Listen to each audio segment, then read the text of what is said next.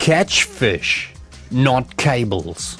There are a number of international submarine cables which come ashore in the Greater Auckland area. These cables supply communications for both New Zealand and Australia to the rest of the world. These cables carry approximately 95% of all communication to and from New Zealand. These cables are located in 3 corridors where anchoring or fishing is prohibited. These areas are shown on marine charts. Muriwai Beach out to the 12-mile territorial limit. Both anchoring and fishing are prohibited.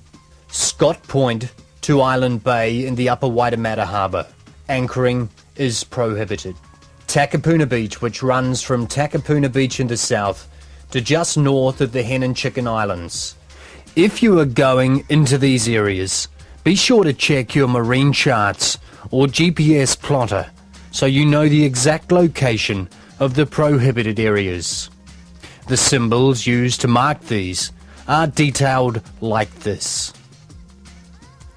These areas are monitored by sea and air patrols, and heavy penalties can be incurred if caught illegally fishing or anchoring in these areas.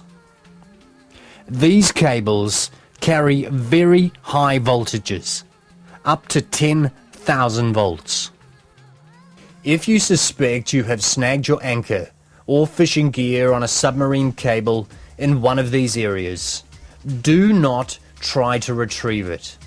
Note your position, abandon your gear, and call 0800 Submarine.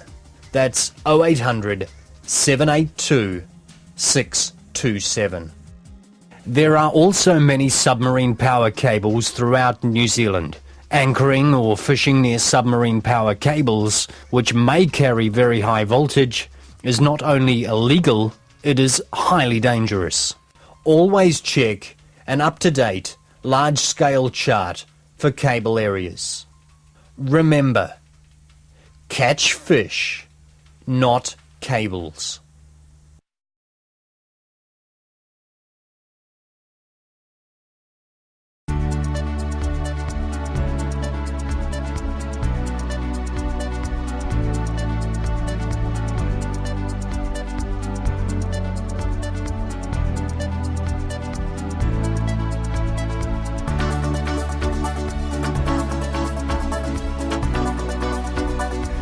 Electricity is an instant connection from source to switch.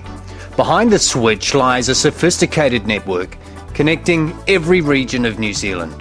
Transpower is the owner of New Zealand's electricity transmission grid, which includes the high voltage direct current link, which connects the South and North Islands and allows electricity to flow in either direction.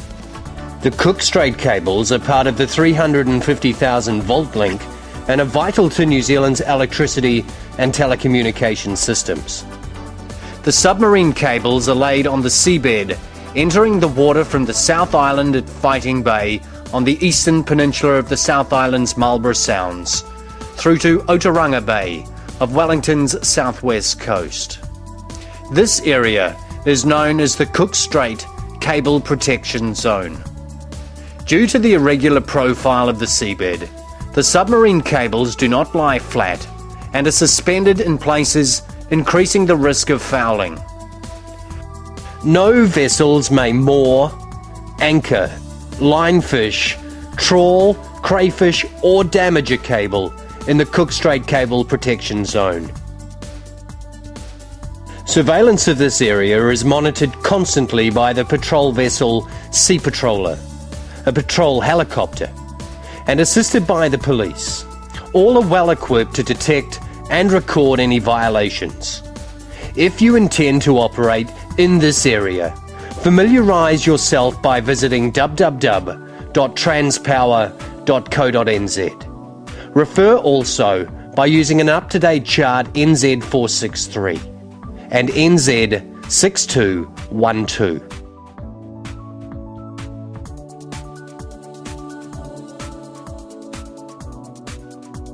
Before launching your boat, Take note of the signage at the ramps showing information and restrictions to craft within the cable protection zone. For fishing and anchoring illegally, fines of up to $100,000 apply, with potential forfeiture of the vessel for damaging a cable. Fines up to $250,000 can be imposed. Repair costs of up to $40 million could be sought, and there may be consequential costs to New Zealand's economy.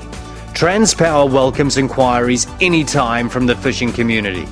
If you think you have snagged a cable, do not try to retrieve your gear. Note your position and contact Transpower Patrol Vessel on Channel 16 or cell phone Sea Patroller on 0274 44 2288 or 0800 The Grid. Remember, catch fish, not cables.